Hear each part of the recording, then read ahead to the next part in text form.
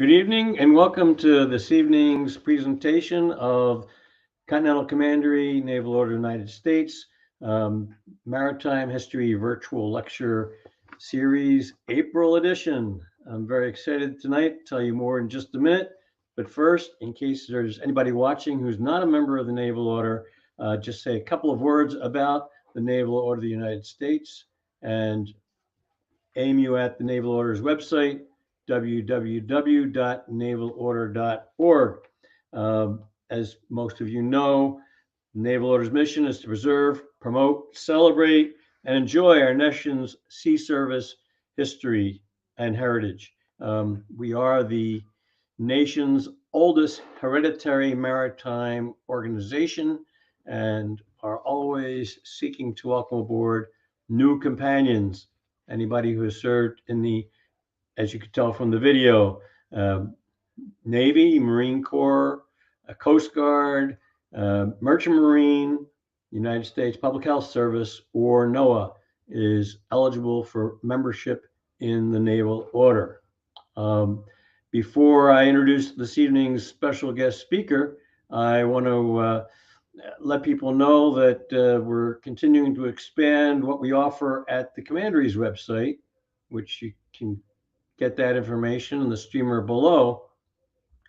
We've in the process of launching our personal histories page, where we've invited members of the Commandery to tell us a sea story, tell us about a significant event in your military career or your Merchant Marine career, your NOAA career. And we'd love to hear from you. Next couple of weeks, once we debug the page, I'll be sending out an invitation to members of the Commandery to share their stories. I'll also offer, I've shared one of my own sea stories. Okay, with that all said, I'd like to welcome aboard Lieutenant Will Singletary. Well, good evening. Good evening. Great to have you aboard this evening. Just full disclosure, not only is Lieutenant Singletary commanding officer of the U.S. Coast Guard Cutter NAUSHON, he's also the Commandery's Vice Commander of Membership. So it's a particular pleasure to have you aboard and sharing some of your experiences. He's also one of the few members of the Commandery who is still on active duty, which makes it a double special evening. Very briefly, Lieutenant Singletary started off in the Coast Guard as a bosun's mate. He's so far been in the Coast Guard for 11 years, previously having been assigned as operations officer on the U.S. Coast Guard bark Eagle. Some of you may have seen the Eagle underway during one of our many tall ships. He was also a combat systems officer at U.S. Coast Guard on the board the U.S. Coast Guard cutter Washi. Did I pronounce that? Washi. Out of Alameda, California. Other assignments, he's been a division officer, an incident management division officer in Charleston. Tough place to get stuck in Charleston.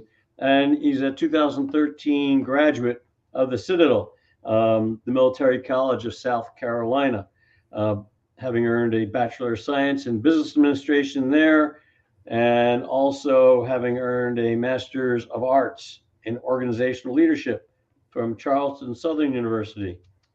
He's currently enrolled in, I presume, the distance learning program of the U.S. Naval War College in the Naval Staff and Command program, working towards a joint professional military education. That's a certificate, right? Phase 1 certificate? It is level 1. Excellent. Luckily, I just finished that up on the 16th. Oh, well, congratulations. All right. Now onward to phase 2. Absolutely. Very good. All right. How long have you been in Homer now, Will? So I've been in Homer about a year and a half now. So I got here last January. A little bit outside of transfer season. That was due to the prior CO was relieved. Okay. And then your wife and son have joined you there. How old is your son? So he is 10 months and 6 days. So how is he enjoying Homer as opposed to Charleston? This is all he knows right now. So he's an Alaskan boy as far as right now anyways. That's excellent. Well, I don't want to take up any more time now. I want to turn the program over to you. I'm looking forward to seeing your live action videos as well as hearing about your day of work aboard the cutter. So without further ado, I will turn the deck and the con over to you. All right, so this evening we're going to be having this presentation, Commanding in the Last Frontier, a Coast Guard cutter patrol boat skipper in Alaska from Lieutenant Singletary, which is me. So I'm very fortunate and happy to be in this position and on this presentation and getting to speak to you this evening.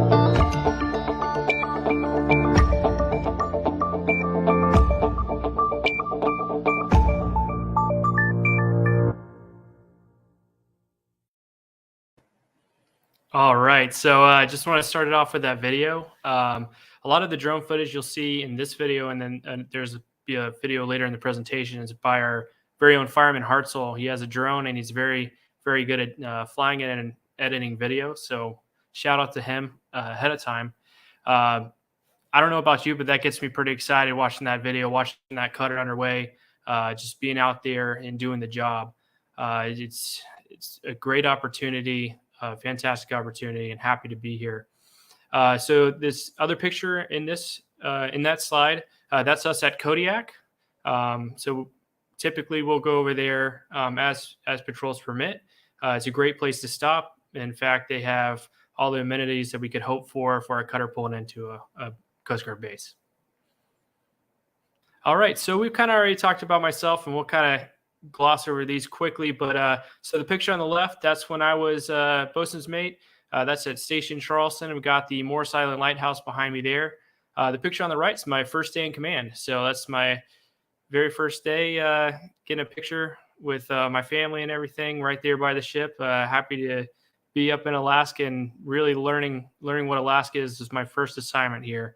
It's been absolutely extraordinary. Would highly recommend it to anybody that's considering it. And it is the last frontier, and we'll talk about it a little bit later as well. All right, so moving on to the Island class patrol boats. So Secretary of Transportation at the time said the Island class cutters are a new symbol of life-saving in America, saving lives from drugs as well as from the sea. And we'll kind of talk a little bit more about that in some other slides moving forward. All right, so the remaining Island class cutters in service. So on the East Coast, there's 4. At the time I made this slide, even last week, there was 4. There are 3 now. The Coast Guard Cutter Tybee actually decommissioned on Tuesday. So great job to that crew. Fantastic for them. These cutters, and we'll talk about that later in the presentation, are getting replaced by the fast response cutters, the 154-foot cutters. And all of those will be out of Boston. The Key Largo and the Sanibel are out of Woods Hole, and the Sikkanack's out of Maine. They will be replaced by the fast response cutters out of Boston. There should be at least 4 out of there. The West Coast cutters will be next on the list to decommission. The remaining 3 in Alaska, so the NAUSHON, the Mustang, and Liberty, we're going to be up here until we receive orders to decom. We're waiting on those nice, shiny new FRCs.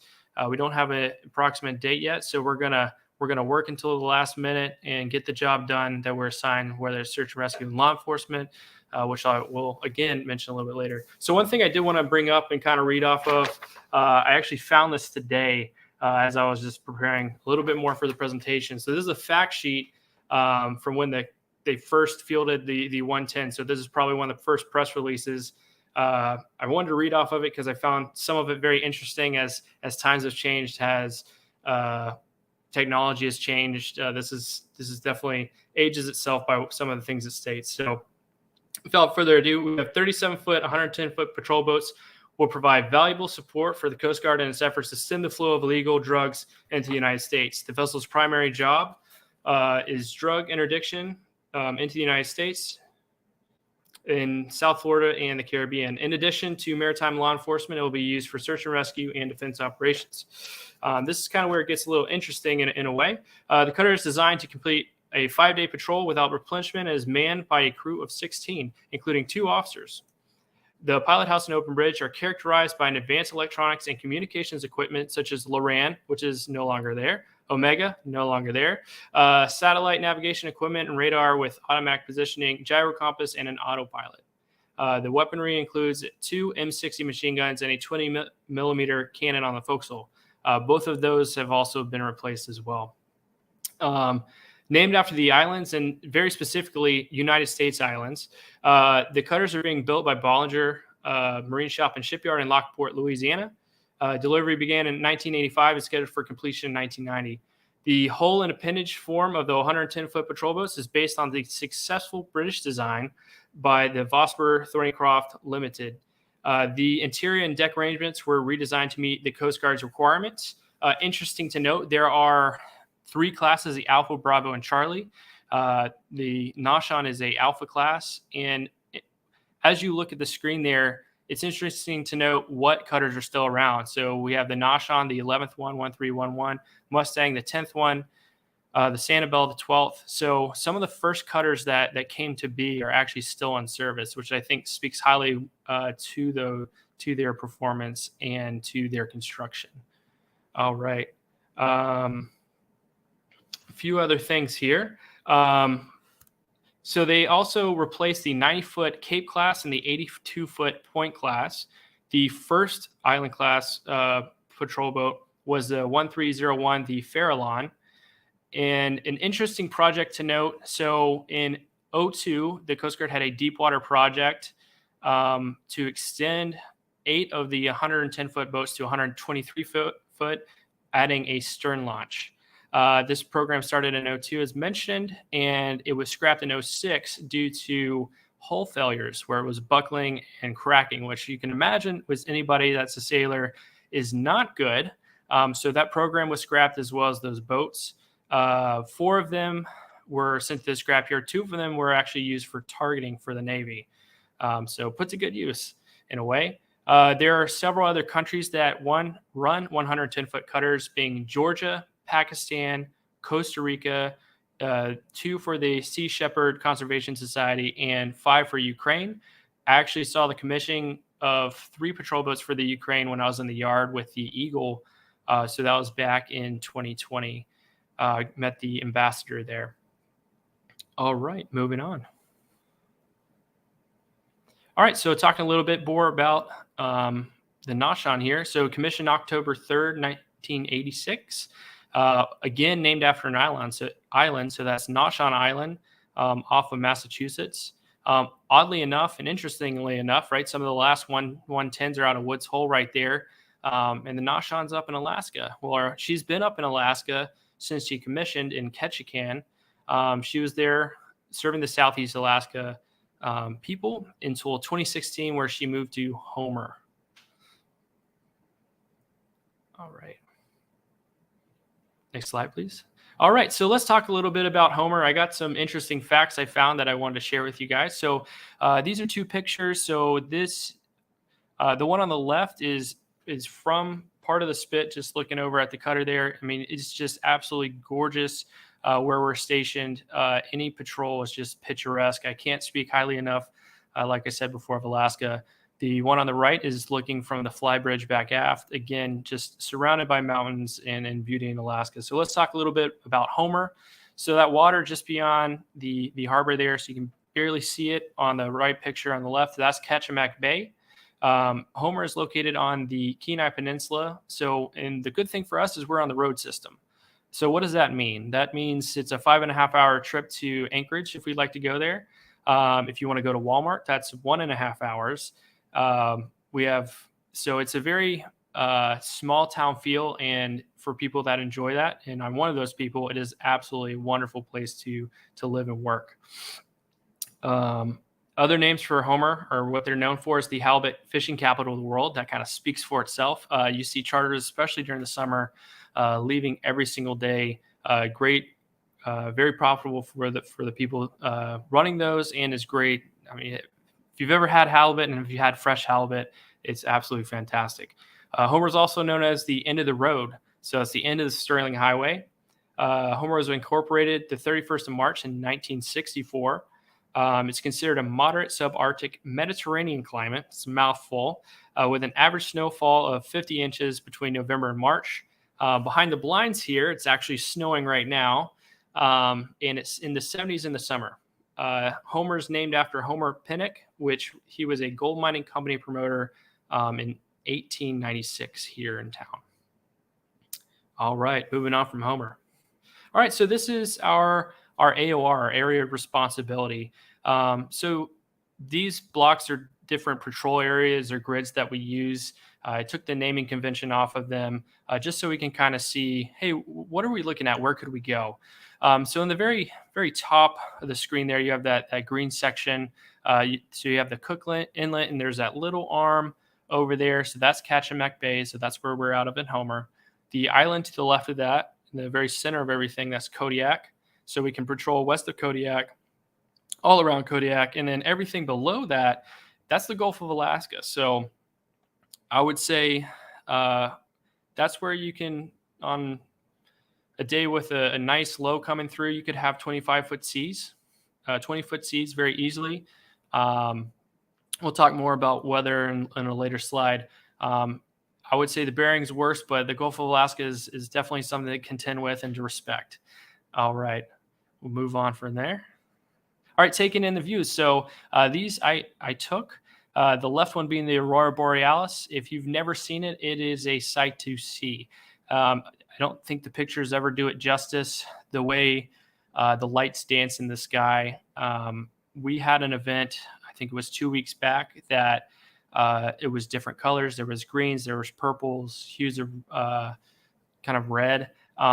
And you could see them in town, and you could see them facing south from my house, which is usually not a thing.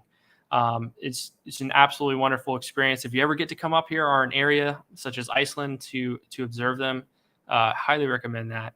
And then again, over to the right. So this was taken just this past Saturday. We were participating for law enforcement and standing by for search and rescue if needed for the Homer Winter King Derby tournament. Then you can see our small boat there off the stern. And again, just beautiful mountain range, lovely to see every time we're out underway.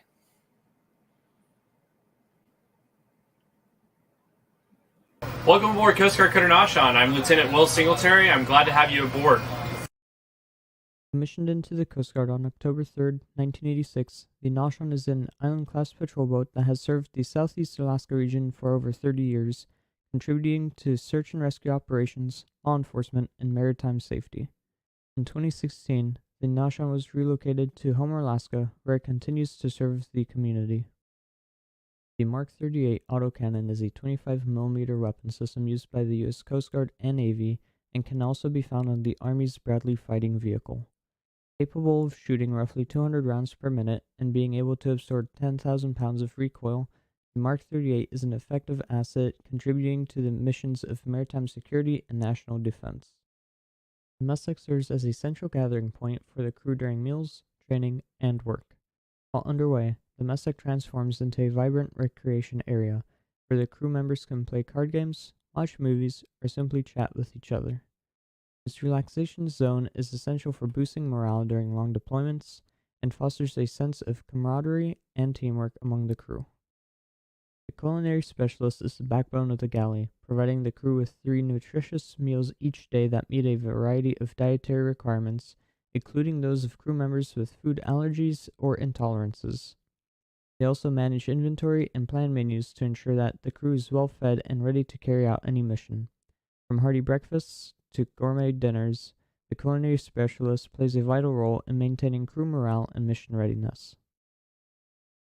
The crew of the NAUSHON is practicing towing exercises with the Alaska State Troopers, who are simulating a vessel that has lost its engines and needs to be towed. The crew throws a heaving line, which is connected to the towing line, over to the simulated vessel, the Augustine, which then secures the line to its bitts. As the NAUSHON starts to maneuver, the rest of the towing line is paid out to ensure a smooth and safe tow. This exercise aims to prepare the crew for any towing emergency and to enhance their towing skills.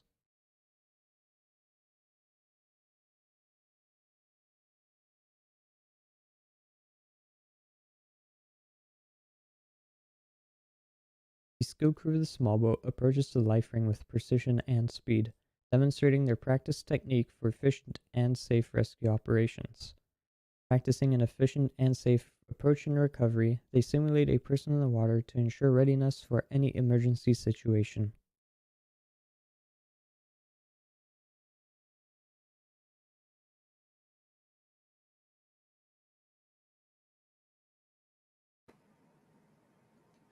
All right. So, again, thank you to Fireman Hartzell for putting that together for us as a part of this presentation.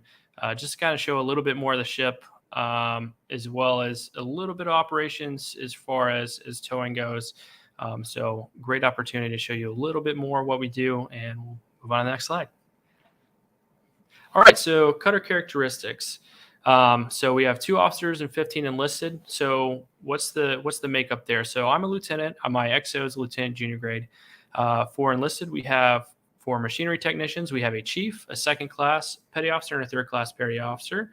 For boatswain's mates, we have 2 of the BM1s, so they serve as 1 LT and ops. And then I have a BM3 and a BM2. I also have a gunner's mate. I have an electronics technician. I have a culinary specialist, and I have electrician's mate first class.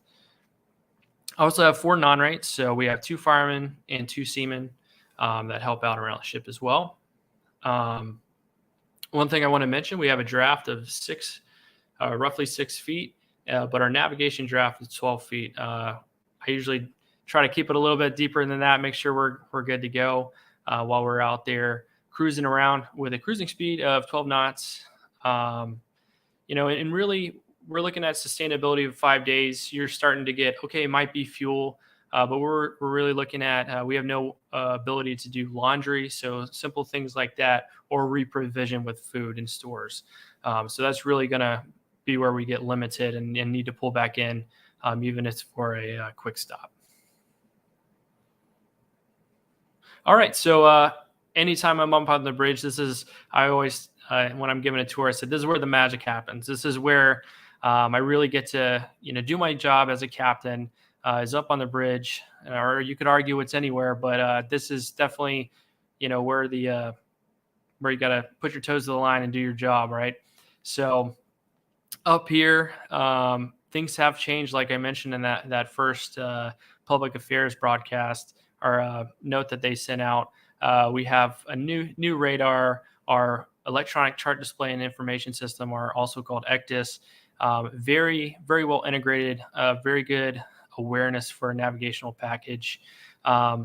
Something interesting to note here, driving the 110s is no small feat in the fact that one engine clutches in at 9 knots. And if you can imagine, clutching in at 9 knots gets you going pretty quickly.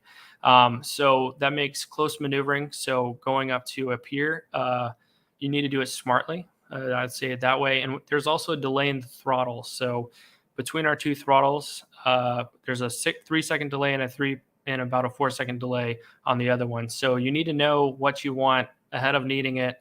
Definitely calls for very good foresight and the ability to see problems before they happen, especially as I'm coaching and training the next ship drivers for the Coast Guard.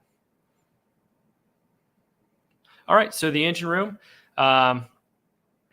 We've got our main diesel engines here. As you can see, one in the background. So that's our number 1 main diesel engine. So we have 2 Paxman V16 diesels.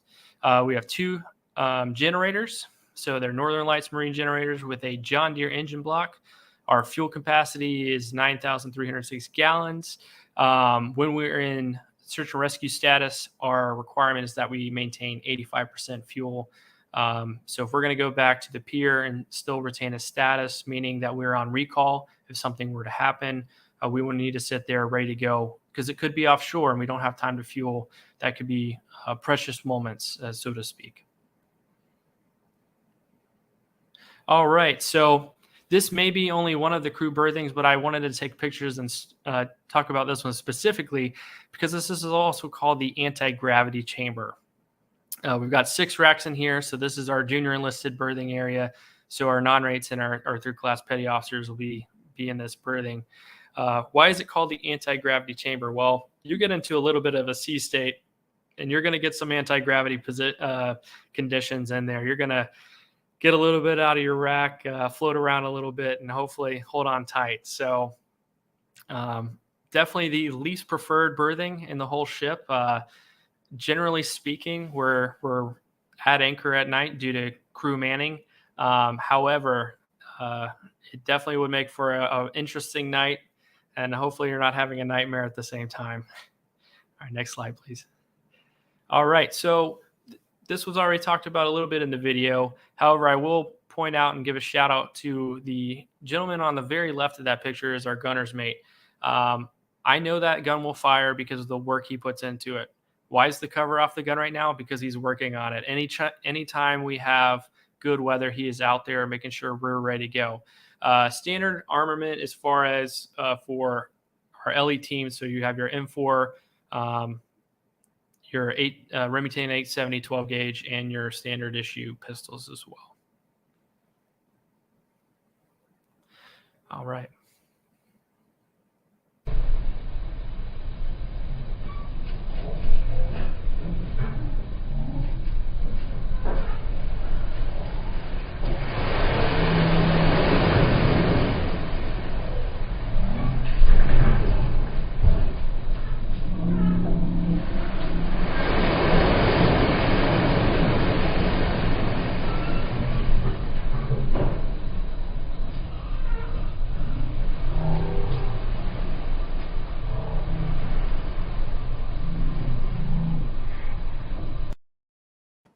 All right. So who likes seeing where they're going when they're driving somewhere?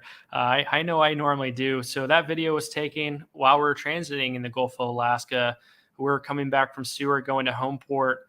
This was last July. We were in those conditions. It was about 4 hours of that.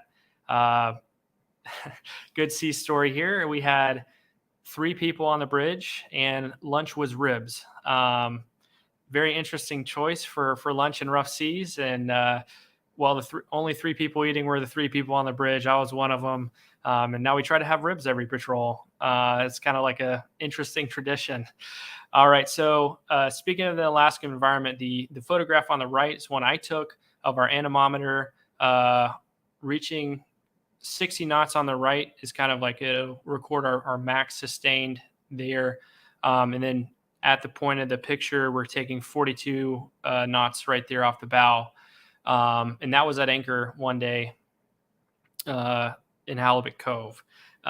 So we often talk about the Alaskan environment. I think the biggest thing for me and what makes the difference there is looking ahead. There should never be a time that the weather surprises me. And we have enough technology and notification nowadays that we can prevent putting ourselves in a bad situation or maybe delaying when we get underway due to that weather. As mentioned, I've seen 25 footers offshore in the Gulf. No, we were not out in that. I made sure we weren't. Another thing to balance with that environment is, are we able to do our job? Now, search and rescue is one thing, but for doing boardings is another. I need to launch my small boat. So launching my small boat, it can go up to 6 feet, but what do those 6 feet look like? Is it safe to launch? Is it safe to recover? Safe to get the team over? Are those conditions going to deteriorate? So there's a lot that's going into those calls on where we operate, how we operate, and often every time a conversation on risk management to make sure my crews come back. That's the biggest thing, is that I get my guys back on board safely each and every time we do some operations, and that plays a lot into the environment in Alaska every single time we're out. All right, so missions. This is kind of a brief slide, and we're going to go into it a little bit more. So what are our main things that we do up here? I would say law enforcement, specifically on the living marine resources. Alaska accounts for $13 billion in their fishing industry. So it's very important that everyone's safe and playing by the rules so it's sustainable for the future. So that's one of the big things that we look at out here in Alaska.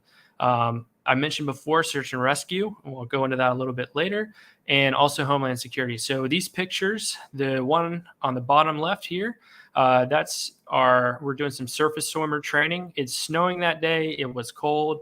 But worst case scenario, that might be when they're deploying. We're making sure they're safe, even for training. It was a good day for them out there getting that done. The picture on the right, we're working with Air State Kodiak 60 right there. We're waving at the rescue swimmer as he's going away. They lowered. We did quite a few evolutions with them with hoist operations, making sure that, we know how to do what we need to do if we need to medevac someone, and also work with that helo and make those coordinations. Always good to train before we need it, and that's what that was about. All right, so we got a video first.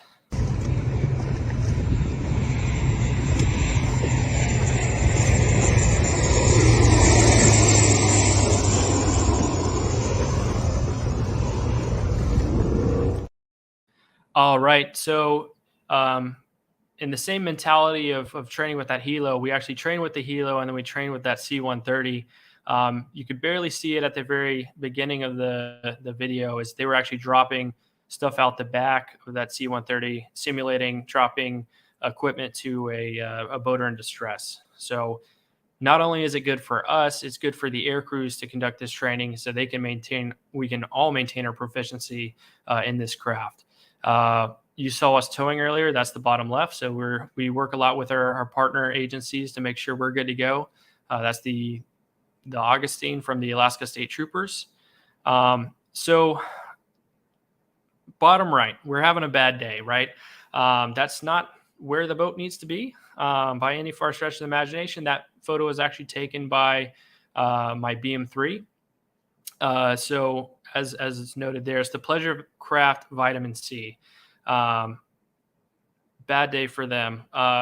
So to set the scene, we were going over to the Homer Spit to pick up 2 personnel from the buoy tender that's currently at the yard. So they needed to go work a buoy or some buoys, make sure they were positioned in the right place. We volunteered to help them out.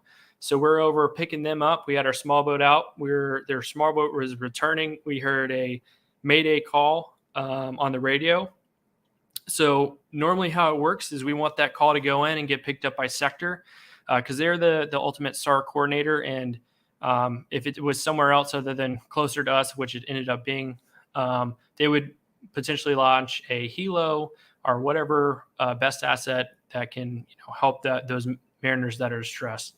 In this case, we looked at our chart, looked at the position that they were talking about, called sector and said, I can be there in 10, 15 minutes. We can go help these guys. So there are 2 individuals on that boat. It was taking on water. We get on scene. We couldn't get close to it with the cutter because it would have been shoal for us. We launched our boat. We go over there. We start, the team starts dewatering, or trying to dewater rather, and there's just a lot of water. I'm looking from the bridge through my binos, and I'm seeing that vessel starting to get a substantial list, or start to get a list, then it got a substantial list. Call the team, say no one else is on that boat, get everybody off. We had the mariners off well before then to make sure they were safe. Unfortunately, this was a case where we couldn't save property, but we did save lives. And brought them safely back to Homer Harbor. Unfortunately, it was a very short voyage from them, but a good day all around because we got to bring them home. All right, so our next thing here is law enforcement. So this picture and this news article actually go hand in hand. This is our local Homer newspaper. So a little bit about this. So this is a catch seizure with NOAA OLE. This is our local NOAA officer in the middle there, and 2 of my boarding officers there with him. In those cans, that's filleted halibut that they were not supposed to retain. Actually, it's 117 pounds of halibut, which equated to about $3,510 of halibut on board that was illegally retained. So with that, we seized it and ended up going.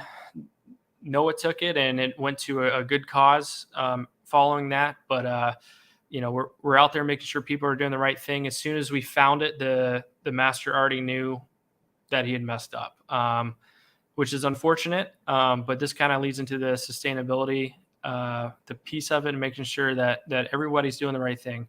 And most people around here are they've been fishing all their lives. They know what the right thing is. And sometimes, unfortunately, we need to remind them. All right, so this is another joint operation, kind of as mentioned there. We work with NOAA. We work with the Alaska Wildlife Troopers, which are actually the Alaska State Troopers, but they have a little bit of additional training for being a wildlife trooper. Fantastic agency and people to work with. The Alaska Department of Fish and Game and other Coast Guard assets. So this in particular was our January operation to make sure there was no illegal retention of halibut during the month of January. You're not supposed to fish for halibut. We actually did find 1 boat that did have halibut. We did seize. So again, just getting out there, making sure everybody's doing what they're supposed to do and being safe. All right. So again, these are some of my pictures. All right. So the bottom left, this is at Halibut Cove. This is one of the places we normally anchor. That's near in the vicinity of Homer, roughly call it between 20 and 30 minutes, depending on how fast you're going to get back to home port. Always beautiful scenery there. I'll go ahead and go with the bottom right. So Alaska, they call it the land of the midnight sun sometimes. It'll be light here in Homer for 24 hours. And then at night, or excuse me, during the winter, I think it got down to maybe 6 hours or so or less. So this is one of the times in the winter where it's absolutely pitch black dark. If the moon's not up, it's very dark. We're doing boat ops during that. We need to train when it's dark, when it's austere conditions, make sure we're good to go. And this is one of those times where we're doing that. The more lighter side of things, the picture up top, that's all of us fishing. So the beauty of patrol boats in Alaska is you kind of work hard, play hard. So you have an opportunity to go hunting. You have an opportunity to go fishing. The biggest thing that we can do is make sure we're doing it appropriately. If we're enforcing the laws, and we need to make sure we do it ourselves, which we absolutely do. We check our own fishing licenses and everything. And we work with the state troopers, make sure we're good when we do go hunting. All right. So what's the future of the patrol boats? So this is, I mentioned it before at the very beginning, this is the fast response cutter, 154 feet. They have digital throttles. They have a bow prop. There's 65 planned. Top speeds 28 knots, range 2,500 nautical miles with an endurance of 5 days. I've actually served on one of these temporarily. I was on the Robert Ward. We did the first dedicated Eastern Pacific patrol for counter drug. At the end of the patrol, I was there for about half of it. 2 dates, the second largest seizure by an FRC of 2,800 pounds of cocaine. When I was on board, we boarded a vessel in the vicinity of Clipperton Island, so east of Mexico. It's very interesting doing all that. I speak very highly of that boat. It's very easy to maneuver, especially with that bow prop. She'll walk right off the pier. Lots of fun, but hey, I've got my own patrol boat and I have lots of fun there too. We're happy to keep running her while we have her. All right, open it up for questions. Thank you, Will. That was excellent. I appreciate all the time you put in. Full disclosure, I spent a little bit of time harassing Will to get some good pictures of his ship. Speaking of ships, so the rules of the road and the Coast Guard define a ship as a craft longer than 100 feet, and 110 feet, the NAUSHON as a ship. But it seems like you Coast Guard folks alternate fairly casually between ships and boats. What's with that? So I'll throw you for a loop. Anything 65 feet and greater, we also consider a cutter. So I call it a cutter, but I also call it a ship. It's a ship, and we'll call it a patrol boat. So, as long as she's floating, you can call her whatever you want to call her. We'll go get the job done. Okay, that's a great response. Those of us in the Navy, the bubbleheads, they drive boats, and those of us above the surface, we drive ships. And there the twains shall meet, and people, can get into barroom bras over the boat versus ship debate. I think you answered my question. You were talking about long deployments. Is 5 days about the max you'll get out, or do you have ways of having people bring supplies out to you? It sounds like when you're deployed, you're still in sight of land. So I think the longest I've done personally on the 110 anyways was 6 days. The FRC was a lot longer from there because we went from Los Angeles down to our op area. So we're underway a lot longer. But yeah, generally 6 days for us. And generally speaking, we're within, I wouldn't say sight of land, but we're closer to it. Depending, there is a big area off in the Gulf of Alaska we call it the 100 fathom curve, because it's the 100 fathom curve, and a lot of people fish there. So it takes a while to get out there, but that's usually about as far as we go, unless there's a SAR case. Okay, and now we have a comment from Rear Admiral Andrus. A great presentation. He spent time with the Marines in a remote Alaskan native village doing primary care medicine, about 126 miles above the Arctic Circle. So he agrees with you that Alaska is indeed awesome. Have you ever had to use the cutter's armament? Luckily, no. Up here, the fishermen are fairly friendly. Even when they're kind of upset at us, we're there anyways. And no, luckily not. We know how to use it, but we haven't had to use it. Excellent. When you're talking about your propulsion, are those fixed screws or are they variable screws? They're fixed. I had a hunch, but just wanted to confirm. I think of the Gulf of Alaska, and I've spent a lot of time on Puget Sound. Had the opportunity to be a naval controller shipping Puget Sound. It was a tough job, but like you say, it's a tough job, but somebody's got to do it. And shoal water, you can go off the edge of an island about 20 feet, and you're already at the 100 fathom curve. How is it around Homer and your end of the Gulf of Alaska? So in Ketchimek Bay, there's a lot of areas that it just drops easily to 30 fathoms plus. Don't know the deepest part of Ketchimek Bay off the top of my head, because I just know where it's shoaled and where it's not. So I think that's all knowing the AOR, knowing where we can operate safely and not have to worry about depth. So that's one thing we look at, and we always prepare. I was a navigator on my last ship. I trained the navigator on my ship now to make sure we're looking at our track lines and we're operating in an area that's safe for us, so we don't run aground. So that's always something I personally pay a lot of attention to make sure we're where we need to be. One of the more frequent, to your point of navigation, frequency of articles, I think the total dependence upon electronics has, received a lot of ink spilled the last several years, where we've got ensigns that wouldn't know a sextant if it hit them in the face. And I didn't see any space for a paper chart anywhere in your pilot house. So do you still have paper charts as backup? I've read somewhere where you're not even allowed to order them anymore. What's the deal? So we actually just got approval for paperless navigation this past January. We do still retain charts.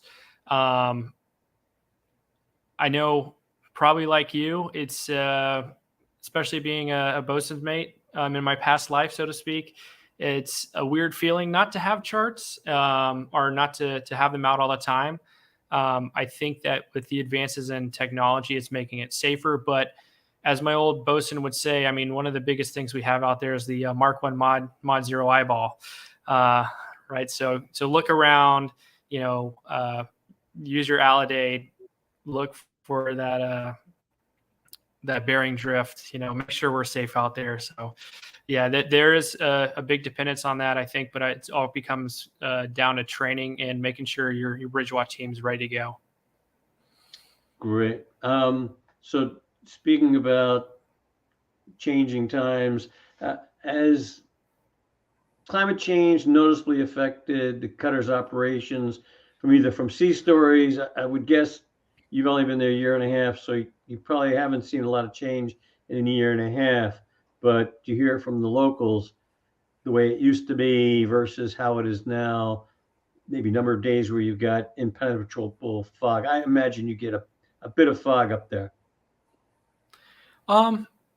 Occasionally, yeah, we get socked in a couple times, or here and there rather. I would say for climate change, the biggest thing I would hear from the locals is more about the fisheries than it is the water level or whatever you would associate it with. For me, I would say not necessarily climate change, but we have a lot of ice around here as well. Right. So that's something we need to pay attention to. So when we have big tidal swings, especially in the bay, all the water will go out. You'll get a lot of ice. When we get a big tide coming in, all that ice comes out into the bay, or maybe some logs. So granted, that's not having anything to do with climate change, but definitely something climate-like for us. What is your tide range over there in Homer? I would. My smart answer is that it depends on the day. Typical spring tide. We had a 25-foot swing last weekend. So a negative 4.5 foot up to, I think it was 22 feet. So pretty significant. So yeah, that's another thing we have to absolutely pay attention to as we're entering and exiting the harbor and operating in general. Right. I noticed one of your pictures, you were pier side, and I think the top of the wheelhouse was even with the pier.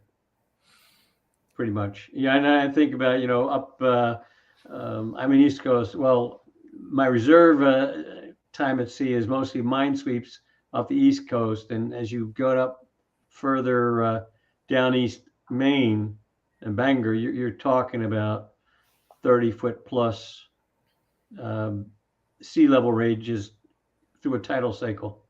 It gets downright interesting. Are there particular aspects of the Coast Guard tradition that you would like to note in your cutter's routine?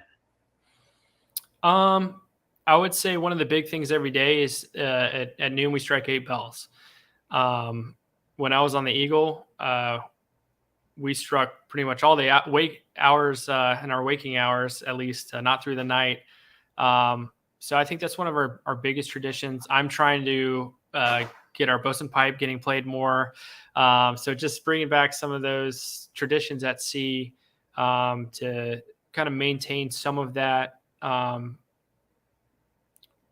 our past. And I think it's very important to preserve that in different ways as we move forward.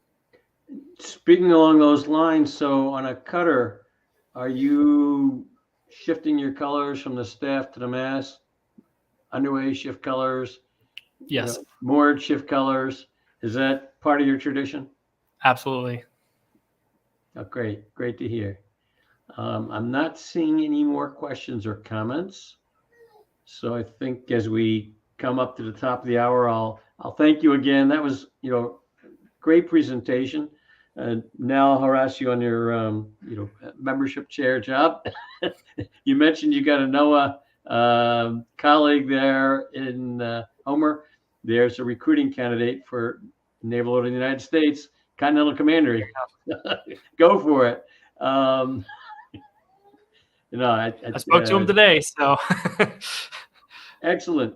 Did you tell him about this evening's presentation or this afternoon's presentation where you are? Oh, it was all about law enforcement, unfortunately, but okay. Well, maybe next time. Okay, missed the opportunity. But you know what? Again, this is part of my end of presentation plug.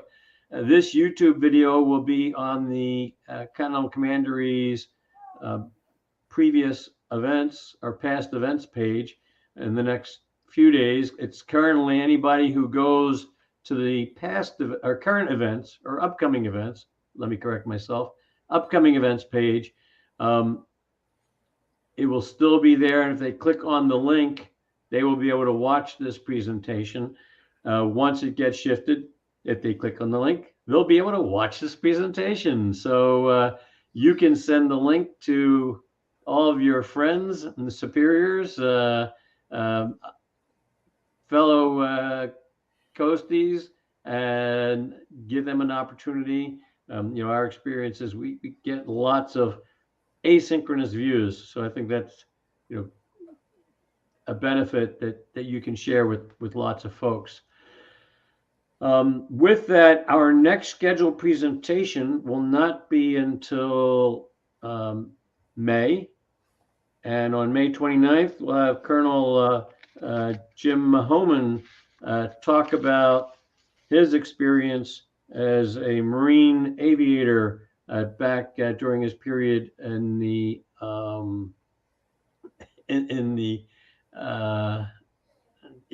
Vietnam era, back in 69, 70 timeframe.